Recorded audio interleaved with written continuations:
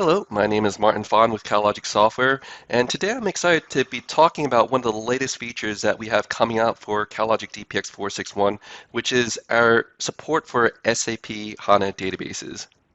So with DPX 461, Catalogic is going to be providing SAP certified data protection and recovery integration for SAP HANA databases. We're going to do this by leveraging the SAP HANA backup interface, otherwise known as backint under the covers. And by doing so, we're going to be able to provide you with complete protection of your HANA databases using the native SAP HANA application and management tools. But in addition to this, the SAP HANA Database Administrator is going to be able to take advantage of the many media destinations that are going to be supported by DPX. So they would have the option to send the backup to our software-defined storage appliance known as vStore. It could be tape libraries, physical or virtual tape libraries, cloud object storage, as well as monitor and catalog the backup and recovery activity under a unified management console in DPX. So we're going to do this by native integration into SAP HANA. If you've ever run a backup in SAP HANA using the Management Studio tools, you would know that there are multiple destination types that you'd be able to select, one being file, the other one being backint, otherwise known as the backup interface. It's here where DPX is going to integrate with the HANA backup through backend by allowing data to be streamed to the DPX master server, and then from there a wide range of device type destinations. So by integrating with DPX, you can choose any destination supported by DPX, which could include disk, tape, or cloud. DPX also has a storage agnostic repository known as vStore that you can also select as your backup target.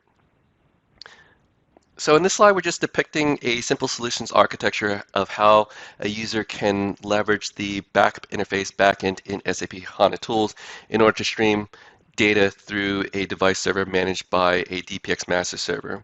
So instead of backing up, let's say, to a local file on the SAP HANA server, the user can then select backend, which can then stream that backup data through a DPX master server, at which point a master server can allocate any number of devices that DPX supports, and that could be native functionality of supporting or controlling a tape library or writing backups to a vStore appliance. Point-in-time restores are also going to be achievable by leveraging the SAP HANA log backups in conjunction with database backups. So by rolling forward logs on top of the database backup restored, DPX can allow the administrator to easily pick up or restore to a specific point in time and pick up exactly where they left off before the disaster struck. So finally, this is all centralized within the DPX GUI. So by integrating with DPX, you're going to allow for centralized control. Rather than having your system and application administrator managing and monitoring their own backups, managing and monitoring their own SAP HANA backups, the backup and recovery operations can be brought under the DPX umbrella to provide that single pane of glass. So you'll actually be able to see this SAP HANA backup and restore job through the DPX management console, and the backup is going to be cataloged within the DPX catalog. So stick around, because in the next video, we'll show a live demonstration of how SAP HANA databases are backed up and restored. So first thing, let's go through the demo environment. I'm running a DPX master server version 4.6.1 on which I have my SAP HANA node already configured. So that is one requirement. You need to have a DPX agent installed on your SAP HANA database server. Now I also have my device clusters and my media pools that will act as my backup destinations configured as well. My SAP HANA database server is running on a Linux machine, and I can manage it via the SAP HANA Studio user interface. Now all of my backups and restores will occur from this UI, so I'm not changing anything with regards to how I schedule or run my backups and restores of SAP HANA, only specifying that new destination type to leverage the backup interface backend, which will point the backup to my DPX master server.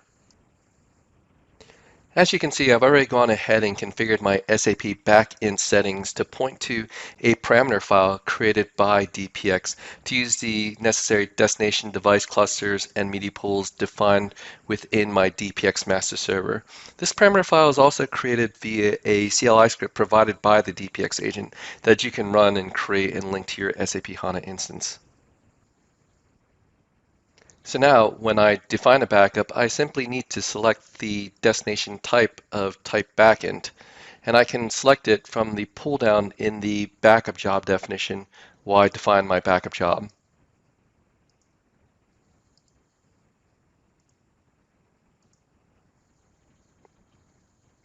Once the job starts streaming data to DPX, the master server will be allocate those devices specified within the parameter file, and I'll be able to monitor job progress through the DPX job monitor window.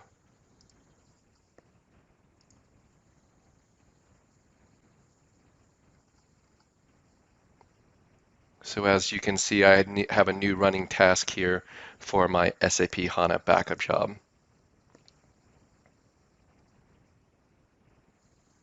So in conclusion, DPX 461 introduces SAP HANA integration by allowing device and media destinations managed by DPX to be used within SAP HANA backup and restore operations through the back-end interface.